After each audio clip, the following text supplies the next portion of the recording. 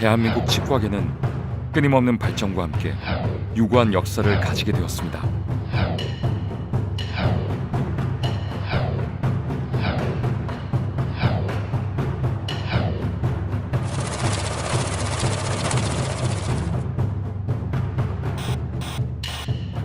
병영난에 원장이 스스로 목숨을 끊는 일까지 발생했는데 대낮에 환자들이 있는 치과에서 진료 중이던 여의사가 흉기 피습을 당했습니다. 이 치과 분야에서도 종목에 따른 쏠림 현상이 심각하다고 합니다. 일부 프랜차이즈형 치과가 엉터리 시술을 해서 피해가 잇따르고 있습니다. 촉망받던 치과계, 이젠 밝은 미래를 단언할 수 없습니다. 이런 암울한 현실 속에 전국의 치과 의사들은 어떤 생각을 가지고 있을까요? 강릉 같은 경우도 인구 20만밖에 안 되는 도시에서 의정과 학생들을 졸업하면 구해야 되고, 또 출산휴가를 가면 또 출산휴가를 대타할 수 있는 아르바이트를 구해야 되는데,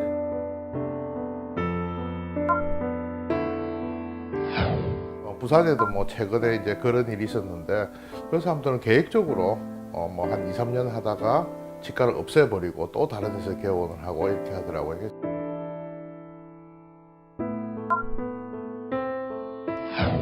대전에 3개의 배출학교가 있음에도 대전에 남아 취업하는 경우는 극히 일부분입니다.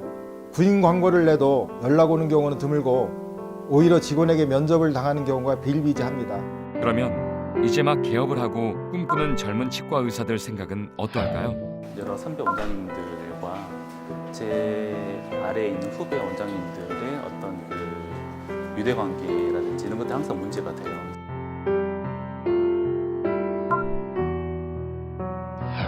개원할 자리가 없다는 게 첫 번째이고, 이제 기존에 또 선배님들 계신 곳에 또 신규로 들어갔을 때 경쟁력이라는 게 됩니다.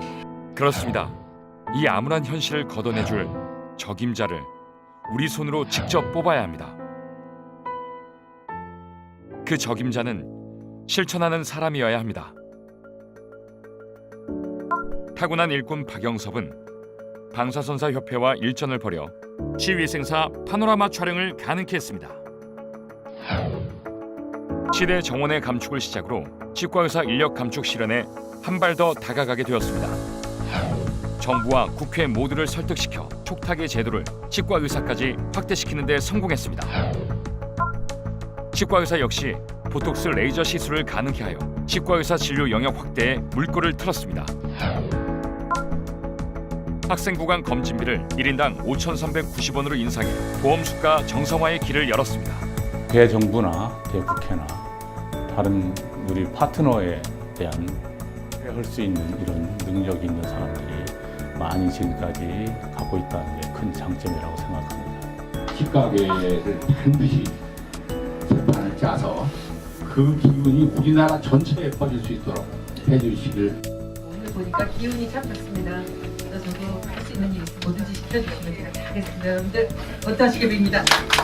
대한치과의사협회의 무궁한 발전, 그리고 박영섭 후보님의 승리를 기원합니다.